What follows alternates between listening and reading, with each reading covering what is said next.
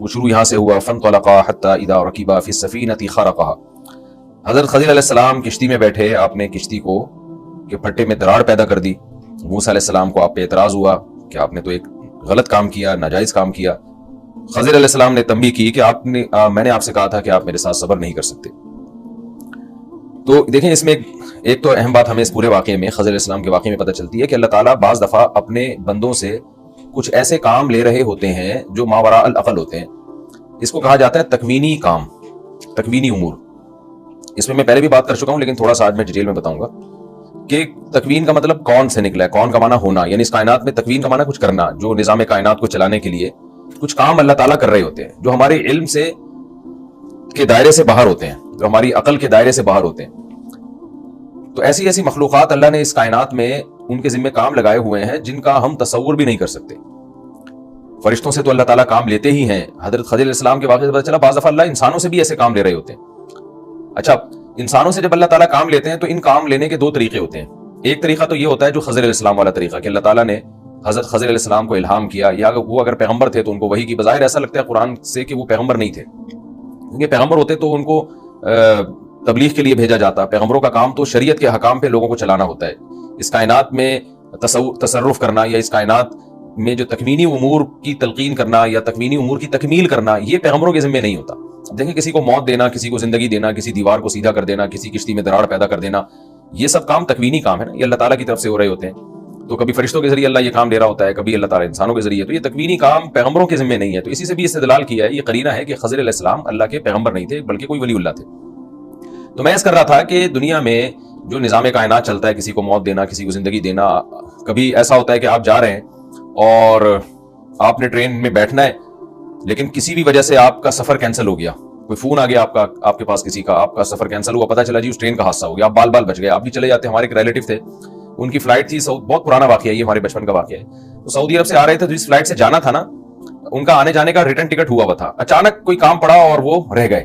لیکن اس فلائٹ سے پھر جو لوگ بھی آئے اور گئے تو وہ شہید ہو گئے بیچارے، کیونکہ فلائٹ کو حادثہ ہو گیا. تو اللہ نے ان کو بچا لیا. تو یہ سارے ایسے غیب میں کے پردوں میں ایسے کام ہو رہے ہوتے ہیں، ہمیں نہیں پتا ہوتا کہ کون کر رہا ہے. تو اللہ تعالیٰ یہ کام فرشتوں سے بھی لے رہے ہوتے ہیں. اب فرشتہ آپ کے دل میں الہام کر دے گا کہ تم یہ سفر کینسل کر دو، بلا وجہ آپ سفر کینسل کر دو گے، اور پتہ چلے گا جی اس گاڑی کو حادثہ ہو گیا اور آپ بال بچ گئے. تو ایک تکوینی کام ہے نا. اللہ تعالیٰ آپ کو زندہ رکھنا چاہتے تھے کسی بھی مسئلہ سے، تو آپ کے دل میں کسی فرشتے نے بات ڈال دی. تو یہ کام انسانوں سے بھی لیے جا رہے ہوتے ہیں اور فرشتوں سے بھی. پھر جو انسانوں سے کام لیے جا رہے ہوتے ہیں ان کی دو قسمیں ہیں. ایک قسم تو یہ ہے کہ خود اس انسان کو پتا ہوتا ہے کہ اللہ مجھ سے یہ کام لے رہے ہیں. جیسے خضر علیہ السلام کو پتا تھا کہ میں اس بچے کو قتل کر رہا ہوں، اللہ کے حکم پہ قتل کر رہا ہوں، اور اس لیے کر رہا ہوں کہ یہ بچہ خود بھی نافرمان ہوگا اور ماں باپ کو بھی ستائے گا. تو یہ ماں باپ کے لیے فائدہ اسی میں ہے کہ اس بچے کو مار دیا جائے. تو خضر علیہ السلام نے اپنے اختیار سے یہ کام کیا. اور بعض دفعہ اللہ مخلوق سے کام لے رہے ہوتے ہیں، مخلوق کو خود پتہ نہیں ہوتا کہ ہم سے اللہ یہ کام لے رہا ہے. مثال کے طور پر کسی کا سفر تھا اور اللہ کے علم میں یہ بات تھی کہ اس جہاز کو حادثہ ہو جائے گا، یا اس ٹرین کو حادثہ ہو جائے گا، یا بس کا ایکسیڈنٹ ہو جائے گا. ان سب کی موت لکھی ہوئی تھی، لیکن اللہ نے آپ کو بچانا تھا. تو اچانک اللہ آپ کے دوست کے دل میں یہ بات ڈالتے ہیں کہ تم اس کو فون کر کے سفر سے روک لو. اس دوست کو نہیں پتا ہوتا، لیکن وہ آپ کو فون کرتا ہے اور کوئی کام آپ کے ذمہ لگا دیتا ہے، یا کہیں انوائٹ کر لیتا ہے اور آپ کا وہ سفر رہ جاتا ہے. تو اللہ تعالیٰ نے کیا کیا، آپ کے دوست کے دل میں یہ بات ڈال دی کہ بھئی تم اس کو جانے سے روک دو. اب اس دوست کو نہیں پتا کہ میں یہ کیوں کر رہا ہوں. وہ تو یہ سمجھ رہا ہوتا ہے کہ میں اس کو اپنی دعوت میں انویٹیشن کے لیے اس کا سفر کینسل کروا رہا ہوں، یا ویسے ہی کروا رہا ہوں. لیکن اللہ حقیقت میں اس سے کام لے رہے ہوتے ہیں کہ اللہ نے اس کو بھی زندہ رکھنا ہے. اس کو حادثے سے بچانے کے لیے اللہ نے اس کے دوست کے دل میں الہام کیا اور اس کے دل میں خیال ڈالا ہے کہ اپنے دوست کو وہاں جانے سے روک لو. تو یہ اس کائنات میں نا اس طرح بہت کچھ ہو رہا ہوتا ہے. تو خضر علیہ الصلوۃ والسلام وہ ولی تھے جن کے ذریعے اللہ تعالیٰ اس کائنات میں کچھ تصرف کے کام لے رہا تھا. تو اسی بیس پر بعض علماء کا یہ نظریہ ہے کہ صرف یہ خضر علیہ السلام کی خاصیت نہیں ہے، بہت سے اولیاء اللہ دنیا میں ایسے ہوتے ہیں جن سے اللہ تعالیٰ کام لے رہے ہوتے ہیں. تو یہ یہاں تک تو عقیدہ ٹھیک ہے، اس میں کوئی خرابی نہیں ہے. اگر کسی کا یہ عقیدہ ہے کہ خضر علیہ السلام کے علاوہ بھی کچھ لوگ ایسے ہیں جو دنیا میں جن سے اللہ کام لے رہا ہے، تو نہ اس کے ثبوت پر شریعت میں کوئی دلیل ہے، نہ اس نظریے کے غلط ہونے پر شریعت میں کوئی دلیل ہے. جیسے اللہ خضر علیہ السلام سے کام لے سکتا ہے تو کسی اور ولی اللہ سے بھی لے سکتا ہے، اس میں کوئی اللہ پہ کوئی پابندی نہیں ہے.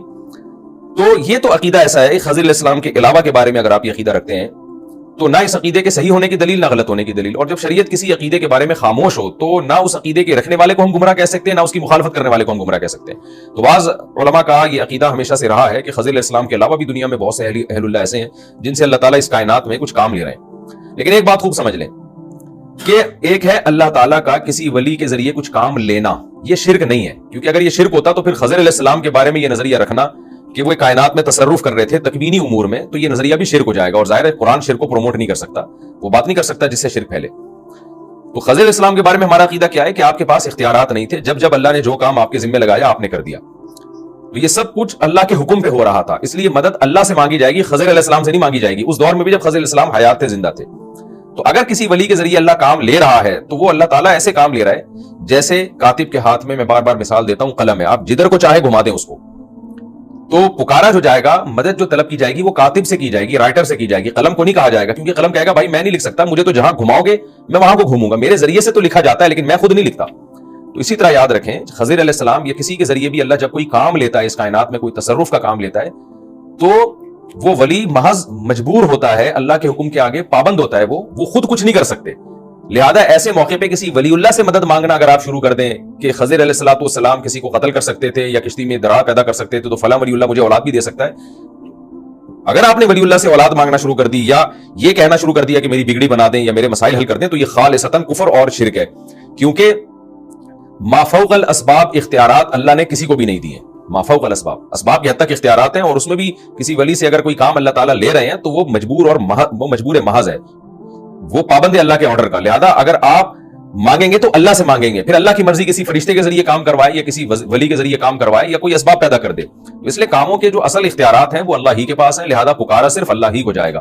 تو خضر علیہ السلام کے اس عقیدے سے چونکہ بعض صوفیوں نے شرک بھی پھیلایا، جو جاہل قسم کے صوفی تھے، اور انہوں نے یہ کہا کہ جیسے خضر علیہ السلام سے اللہ نے اتنے سارے کام لیے تھے تو فلاں ولی اللہ سے یا ہم سے بھی اللہ بہت سارے کام لیتا ہے، ہمیں بھی اللہ نے اختیارات دیے ہیں، تو پھر اس کا نتیجہ ہی نکلتا ہے کہ لوگ کہتے ہیں کہ بھائی ہم ان بزرگوں سے مانگیں گے، تو یہ خالصتاً شرک ہے جس کی قرآن میں جگہ جگہ نفی ہے۔ تو یہ خوب اچھی طرح سے سمجھ لیں۔ تو ایک بات تو یہ ہو گئی۔ دوسری اہم بات جو اس سے ہمیں پتہ چلتی ہے، اچھا یہ بھی ذہن میں رکھیں، خضر علیہ السلام کیا زندہ ہیں اب؟ اس پر بھی شریعت میں کوئی دلیل موجود نہیں ہے۔ بعض لوگوں کا یہ عقیدہ ہے کہ بعض صوفیہ کرام ایسے گزرے ہیں جو بڑے اللہ والے بزرگ بھی تھے کہ ہم نے خضر علیہ السلام کو دیکھا ہے، فلاں مقام پہ دیکھا، فلاں مقام پہ دیکھا، تو اس لیے علماء کی ایک جماعت اس کی قائل ہے کہ اتنے سارے مشاہدات ہیں صوفیاء کرام کے کہ جنہوں نے اپنی آنکھوں سے خضر علیہ السلام کو دیکھا، تو یہ اس کی دلیل ہے کہ خضر علیہ السلام اب بھی زندہ ہیں اور اب بھی اس کائنات میں مختلف قسم کے تصرفات کر رہے ہوتے ہیں اللہ کے حکم پہ۔ تو خوب سمجھ لیں کہ اس پہ شریعت میں کوئی دلیل ہمارے پاس موجود نہیں ہے۔ باقی یہ کہ صوفیہ کرام کے مشاہدے، تو صوفیہ کرام جو تھے نا، یہ عبادت کی کثرت کی وجہ سے بعض دفعہ ان کو پتہ نہیں کیا کیا نظر آتا تھا، تو یہ کوئی ان کا قول ہمارے لیے حجت نہیں ہے۔ اصل یہی ہے ہمارے پاس سوائے حضرت عیسیٰ علیہ السلام کی حیات کے قرآن و سنت سے کسی اور کی حیات کی ہمارے پاس کوئی دلیل نہیں ہے، اور یہ بات اجماع امت سے قرآن سے ثابت ہے کہ خضر علیہ السلام ایک انسان تھے، تو انسانوں کی عمریں اتنی لمبی نہیں ہوا کرتی، وہ اپنے ٹائم پہ وفات پا جاتے ہیں۔ تو غالب یہی ہے، یقینی چیز یہی ہے کہ خضر علیہ السلام کا بھی انتقال ہو گیا ہوگا۔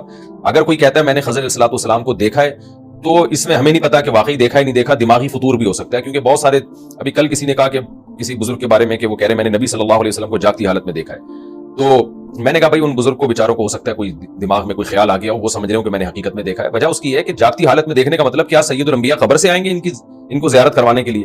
جاگتی حالت کا مطلب تو سچی مچی کا دیکھنا ہو گیا نا، تو پاسبل نہیں ہے، یا تو ان کو قبر میں بھیجا جائے گا یا سید الانبیاء کو قبر سے آئیں گے، تو ظاہر ہے یہ نہیں ہو سکتا کہ آپ کے لیے نبی صلی اللہ علیہ وسلم قبر مبارک سے تشریف لے کر آئیں، یہ تو ایک قسم کی توہین ہے۔ تو ہم بزرگوں کی گستاخی نہیں کرتے، ہم یہ کہتے ہیں ان کو بیچاروں کو دماغ میں کچھ ہوا ہوگا، ان کو خیال ہوا ہوگا، وہ غلط فہمی سے یہ سمجھ بیٹھے کہ میں نے ان نبی کو واقعی دیکھا ہے۔ تو ان باتوں کی بیس پہ نہ کسی بزرگ کی توہین جائز ہے، لیکن اپنا عقیدہ آپ ان باتوں کی بیس پہ چینج نہیں کر سکتے۔ عقائد کے لیے ہمیں قرآن و سنت کو دیکھنا پڑے گا۔ بعض واقعی اللہ والے بزرگ ہیں، علماء جو تھے نیک، لیکن انہوں نے یہ دعویٰ کیا کہ ہم نے جاگتی حالت میں پیغمبر کو دیکھا ہے۔ اب اگر ہم ان کی تبلیغ اور ان کے دیگر اعمال کو دیکھ کے لگتا نہیں کہ یہ جھوٹ بولیں گے، ان کی اتنی عبادتیں تھیں اور اتنی انہوں نے دین کی خدمت کی ہے کہ اس سے لگتا نہیں ہے کہ یہ جھوٹے ہیں، تو بہتر راستہ یہی ہے کہ ان کو جھوٹا کہنے کے بجائے یہ کہہ دیا جائے کہ بھائی ان سے ایک غلطی ہوئی ہے، انہوں نے ذکر اللہ کی کثرت کی وجہ سے یا درود شریف کی کثرت کی وجہ سے ایک دماغ میں ان کے ایک مضبوط خیال آ گیا کہ نبی صلی اللہ علیہ وسلم کی مجلس میں آپ کے سامنے بیٹھا ہوں، اس خیال کو یہ سمجھ بیٹھے کہ میں حقیقت میں بیٹھا ہوں۔ تو ہو جاتا ہے انسان میں بعض دفعہ اس کو خیالات آ جاتے ہیں، اچھے نیک لوگوں کو بھی آ جاتے ہیں خیالات، تو ہم یہ نہیں کہتے کہ ان کو فوراً فتویٰ لگا دیا جائے کہ وہ گمراہ تھے یا وہ جھوٹ بول رہے ہیں، بھائی وہ اسی کو صحیح سمجھ رہے تھے، لیکن ایک دماغ کا ایک فطور کہہ سکتے ہیں یا یہ کہہ سکتے ہیں کہ تخیلاتی دنیا میں چلے گئے وہ، لیکن حقیقت یہ ہے کہ پیغمبر صلی اللہ علیہ وسلم کو خواب میں تو دیکھا جا سکتا ہے، نبی کے دنیا سے جانے کے بعد آپ کو جاگتی حالت میں دیکھنا پاسبل نہیں ہے، کیونکہ اس کا مطلب سیدھا یہ ہے کہ آپ اس کو صحابی بنا رہے ہیں ان صاحب کو، یا یہ کہ آپ یہ کہہ رہے ہیں کہ نبی صلی اللہ علیہ وسلم قبر مبارک سے اٹھ کے تشریف لائے تھے، یہ بالکل غلط ہے، یہ ایک قسم کی توہین ہی ہے پیغمبر صلی اللہ علیہ وسلم کی کہ ان کو دکھانے کے لیے پیغمبر اپنی قبر مبارک سے تشریف لائیں گے۔ تو اس لیے جو صحیح عقیدہ ہے وہ یہی ہے کہ نبی صلی اللہ علیہ وسلم کو خواب میں دیکھا جا سکتا ہے، جاگتی حالت میں دیکھا نہیں جا سکتا، اور کوئی واقعی اللہ والا ہو، عالم ہو، بزرگ ہو، وہ یہ دعویٰ کرے تو ہم محض اس دعوے کی وجہ سے اس کو جھوٹا یا کذاب نہیں کہیں گے، ہم یہ کہیں گے تعویل کرنی چاہیے، اچھے لوگوں سے غلطی ہوتی ہے تو تعویل کی جاتی ہے, ایک غلطی کی وجہ سے ان کو گمراہ نہیں قرار دیا جاتا. تو جب اچھے لوگوں سے ایسی غلطی ہو تو اس کی تعویل کرنی چاہیے کہ بھائی حضرت جی جو ہے وہ ذکر کی کثرت کی وجہ سے کچھ دماغ میں خشکی پیدا ہو گئی ہے, یا کچھ فرط محبت کی وجہ سے تخیلاتی دنیا میں پتہ نہیں کہاں پہنچ گئے, تو ان کو ایسا لگا کہ میں نے دیکھا ہے. لیکن حقیقت میں یہ ممکن نہیں ہے, کیونکہ ہم قرآن و سنت کے جو صاف ستھرے عقائد ہیں اسی کے مکلف ہیں. ہم کسی کے مراقبے اور محاسبے اور اس طرح کی تخیلاتی دنیا کی وجہ سے اپنے عقیدوں کو چینج نہیں کر سکتے. تو یہ بات بھی خوب سمجھ لیں. تو اسی طرح خضر علیہ الصلوۃ والسلام کے بارے میں جو کہا جاتا ہے کہ فلاں بزرگ نے ان کو فلاں جگہ دیکھا, تو ہم ان بزرگوں کی توہین نہیں کر سکتے. وہ بڑے بہت سے ایسے اللہ والے بزرگ ہیں, آپ ان کی تصنیفیں دیکھیں, ان کی کتابیں دیکھیں, ان کی دین کی خدمتیں دیکھیں, تو لگتا ہے کہ یہ اللہ والے لوگ تھے. تو یہ جھوٹا دعویٰ نہیں کر سکتے. تو جب وہ دعویٰ کر رہے ہیں کہ ہم نے خضر علیہ السلام کو دیکھا ہے, تو ہم ان کے دعوے کی وجہ سے ایک یقینی چیز کا انکار بھی نہیں کریں گے. یقینی چیز کیا ہے کہ بھائی کسی انسان کی زندگی اتنی لمبی نہیں ہوتی, تو ہم اس کا انکار نہیں کر سکتے کسی کے دعوے کی وجہ سے. ہم یہی کہیں گے کہ خضر علیہ السلام بھی دوسرے انسانوں کی طرح دنیا سے چلے گئے ہیں, لیکن ہم ان بزرگ کی توہین کو بھی جائز نہیں سمجھتے. ہم کہیں گے ان حضرت کو خیال ہوگا اور کوئی تخیلات دنیا میں پہنچ گئے ہوں گے, کوئی ذکر کی کثرت کی وجہ سے ان کو لگا ہوگا کہ میں خضر علیہ السلام کو دیکھ رہا ہوں. تو ہو جاتا ہے انسان بعض دفعہ بیٹھے بیٹھے ایسی چیزیں اس کو نظر آ رہی ہوتی ہیں جو ہوتی نہیں ہے, اس کا اپنا ایک تخیل ہوتا ہے دماغ کا, تو ایسا ہو سکتا ہے. لیکن جو اس کی بیس پہ یہ یقین کر دینا کہ ہم نے واقعی خضر علیہ السلام زندہ ہیں, تو یہ بات بہت مشکل ہے. اور اس میں حضرت عیسیٰ علیہ السلام کو جو اللہ نے ایک فضیلت دی ہے نا, میں سمجھتا ہوں وہ بھی اس فضیلت میں بھی گویا کمی آ جائے گی. بعض دفعہ اللہ کسی پیغمبر کو کوئی ایسی فضیلت دیتے ہیں جو اس کے ساتھ خاص ہوتی ہے. اگر آپ اس میں کسی اور کو شریک کریں گے تو جس پیغمبر کی فضیلت تواتر کے ساتھ ثابت ہے وہ فضیلت میں کمی آئے گی. لیکن جیسے رسول اللہ صلی اللہ علیہ وسلم کو اللہ نے فضیلت دی کہ تمام پیغمبروں کا سردار بنایا, آپ صلی اللہ علیہ وسلم کے دنیا میں آنے کے بعد تمام شریعتیں منسوخ ہو گئیں. اب ہمارے نبی فخر کیا کرتے تھے کہ یہ تمام فضیلتیں اللہ نے صرف مجھے دی ہیں. تو یہ صرف کا لفظ بھی بہت بڑی فضیلت ہے.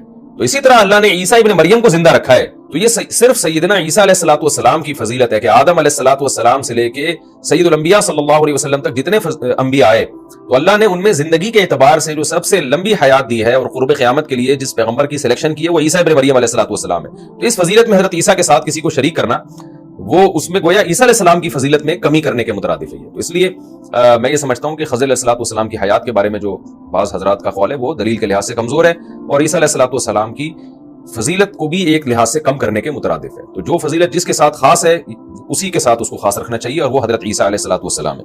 یہ بھی ایک اہم مسئلہ تھا, اس میں بھی بڑا اختلاف ہے, وہ میں نے آپ کے سامنے اس کو بھی ایکسپلین کر دیا. اور ہمیں اس رکوع سے کیا اسباق ملتے ہیں؟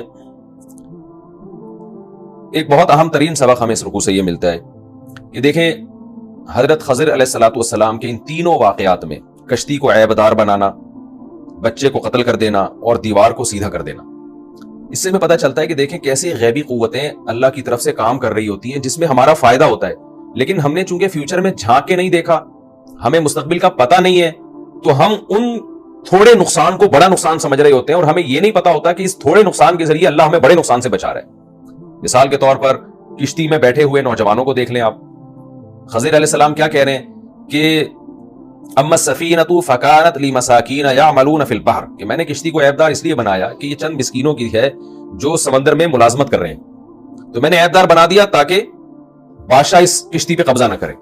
اب خضر علیہ السلام جب یہ کام کر رہے تھے, ظاہر ہے چپکے سے کر رہے ہوں گے یہ کام کہ مسکینوں کو پتہ نہ چلے, تو جب ان مساکین نے اپنی کشتی دیکھی ہوگی عیبدار تو وہ کتنا روئے پیٹے ہوں گے کہ بھئی یہ کیا ہو گیا یار, ہماری کشتی ٹوٹ گئی, یہ ہو گیا وہ ہو گیا وغیرہ وغیرہ. لیکن اگر ان کا اللہ پر ایمان ہوگا تو وہ کیا سوچتے ہوں گے, بھائی اس میں کوئی خیر ہوگی, اگرچہ ہمیں نہیں پتا وہ کیا خیر ہے, لیکن اللہ ہم نے تو کشتی کی حفاظت کا پورا انتظام کیا, پھر بھی اس میں عیب پیدا ہو گیا تو کوئی بات نہیں, ہم اس عیب کو دور کرنے کی کوشش کر لیں گے, لیکن اس میں ہمارے لیے کوئی خیر ہوگی. تو مسلمان کی یہی عادت ہے, کوئی بھی نقصان مسلمان کو ہو جس میں اس کی اپنی غفلت نہ ہو.